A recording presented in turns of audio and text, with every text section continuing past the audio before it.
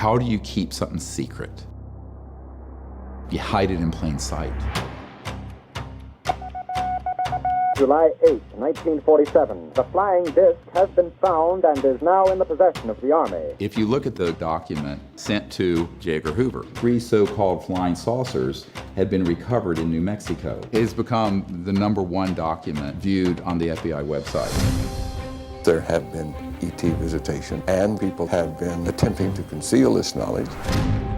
We actually did recoveries of bodies that were involved with some of these crashes. I said, well, you're going to tell the public about it.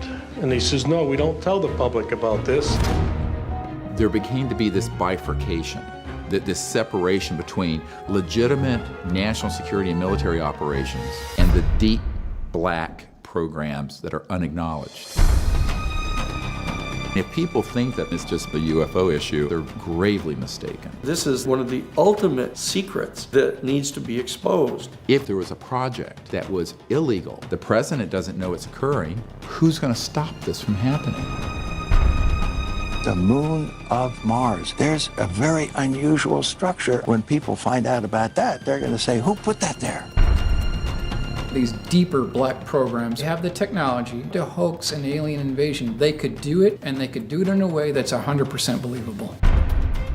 It's very easy to set up a false flag operation, concoct all kinds of false information. They have people embedded in all the major media to change and affect stories. If you tell anyone about this project, this bullet has your name on it, and it will find you.